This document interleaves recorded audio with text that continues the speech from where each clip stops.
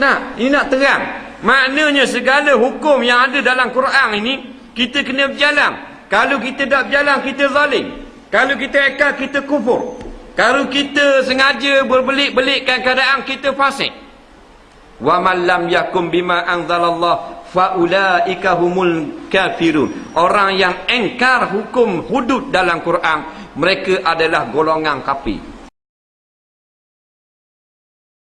Frasa satu kenyataan yang agak tajam, khususnya mengingatkan kepimpinan. Jangan mengulangi kesilapan 1990 pasca 1999. Di situ saya menegaskan bahawa kalau kita silap congakkan, silap perhitungan, kita akan sekali lagi mengulangi kesilapan di mana dalam 2002 kita membuat pelancaran tentang dokumen negara Islam, maka dalam 2004 kita dipukul teruk kerana orang tidak faham bahasa kita, laras kita, perasa kita, cogan kata kita, apa yang kita mahukan menampilkan apa tu, kita orang tidak faham apa risalah kita, apa message kita, apa political message kita, message politik kita, kerana yang mereka terperangkap dalam satu perasaan prejudis bahawa seolah-olah PAS mahu menekan Islam ke atas orang lain. Maka dalam persoalan hudud ini, saya terus terang menyebutkan banyak lagi perkara-perkara dalam Al-Quran dan Sunnah yang tidak dapat kita laksanakan hari ini. Apakah dengan itu meletakkan kita ini lebih, apakah dengan itu meletakkan kita less Islamic atau kurang Islamnya kita? Apakah begitu maksudnya? Ataukah maka sudah kita faham begitu dan kita sudah nampak orang yang cukup fobia dan takut dengan perkara hudud ini, apakah tidak wajar untuk kita memahami bahawa untuk sementara ini, ya, perkara ini bukanlah paling utama dalam perjuangan untuk kita laksanakan. Jadi kalau PAS ingin memahami isu ni, kita kena tahu bahawa kalau kita tak sebut tentang hudud pun, dia tidak menjadikan kita kurang Islam. Yang lebih mustahak kalau kita lihat dari sudut syariah lah, kalau kita nak bercakap tentang syariah, yang mustahak dan aula dalam syariah hari ini yang sudah terungkai dan telah terhapus bukannya hanya persoalan menghukum orang. Hukum hudud ini apabila sudah sistem Islam itu sudah cantik, barulah kedudukan untuk melaksanakan hukum itu berkuat-kuasa. Persoalan menegakkan keadilan, membanteras kezaliman, meletakkan perkara-perkara yang dilihat sebagai good governance ataupun al-istikhlaf. Al-istikhlaf, istilah Al-Quran itu, dan al-isti'mar, memakmurkan muka bumi itu sebagai utama dalam perjuangan, bukannya diheret untuk sekali lagi terjerumus dalam persoalan hudud. Lepas tu nak laksana ke esok, nak laksana ke esok hudud ni. Tidak. Sekadar sebutan-sebutan supaya kita kembali dipukul. Seperti mana ini?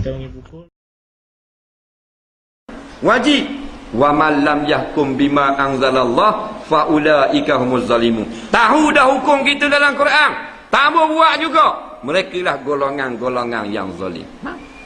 Masalah sekarang golongan yang tak mau kepada Al-Quran, tak mau berhukum dengan hudud, kita duduk tetel pula beri sokongan dan sebagainya. Nabi tak mengaku mak. Tolong khabar ke anak beranak segala handai taulang kita.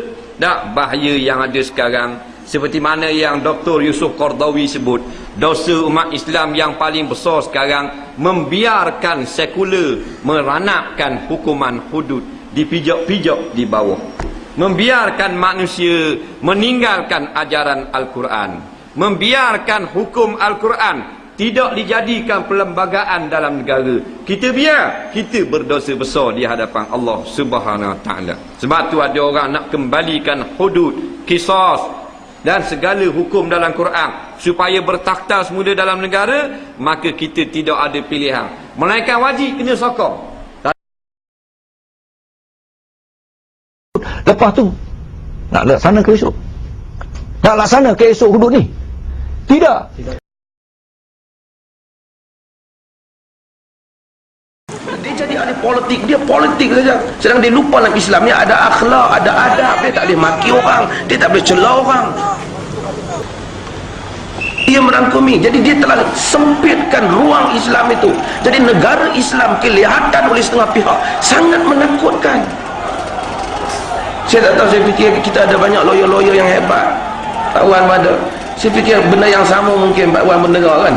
Ketakutan setengah pihak terhadap bahawasanya mereka bimbang mereka akan dihukum.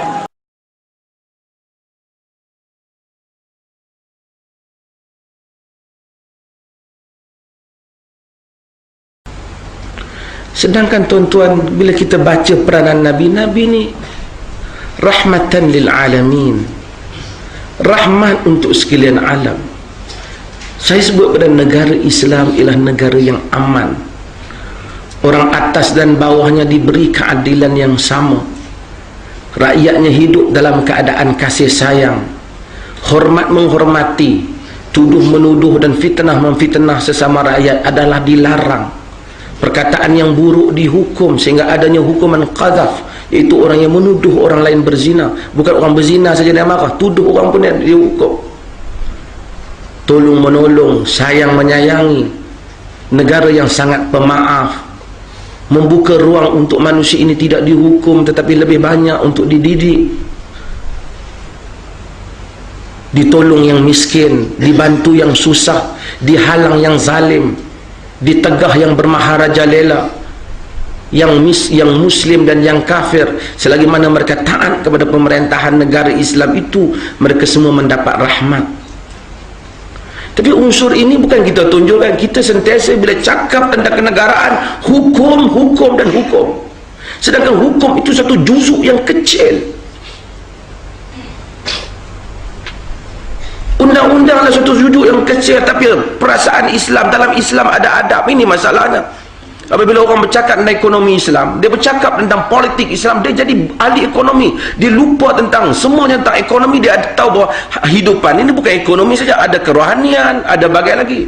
Bila dia jadi ahli politik, dia politik saja. Sedang dia lupa dalam Islamnya ada akhlak, ada adab. Dia tak boleh maki orang, dia tak boleh celah orang.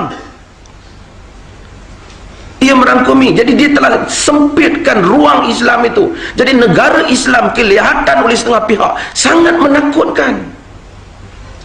Saya tak tahu, saya fikir kita ada banyak lawyer-lawyer yang hebat. Pak Wan ada. Saya fikir benda yang sama mungkin Pak Wan mendengar kan. Ketakutan setengah pihak terhadap bahawasanya mereka bimbang mereka akan dihukum nanti.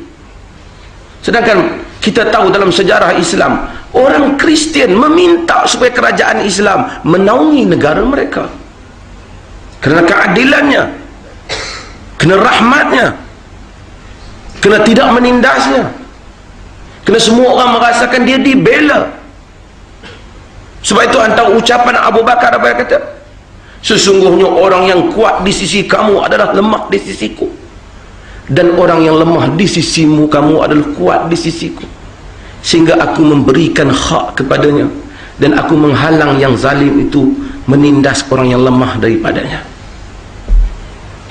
Dia tak kata sesungguhnya aku akan menghukum sesiapa yang tak taat kepadaku, tetapi dia menceritakan peranan dan rahmat. Walaupun Umar yang keras itu pada zahirnya, tetapi ucapannya lunak, tetap dia menyatakan jika sekiranya dia dikelihatan melakukan kesalahan, dia menyuruh rakyatnya membetulkannya. Tapi kita sentiasa menceritakan tentang konsep kenegaraan dalam konsep yang menakutkan. Maka saya dah ulang pada tuan-tuan, saya malas nak cakap isu khalwat ni, tapi saya dah ulang. Inilah yang kita nak, kita tidak mahu manusia gambarkan apabila Islam itu begitu diberi ruang, sentiasa ia mengintip setiap orang.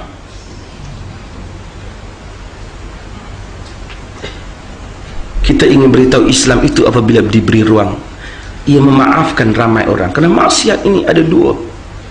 Satu, maksiat yang membabitkan manusia dengan Allah Azza wa Jalla. Minum arak, zina, yang ni tak payah pergi mahkamah pun, kalau dia istighfar, taubat, Tuhan ampun dia.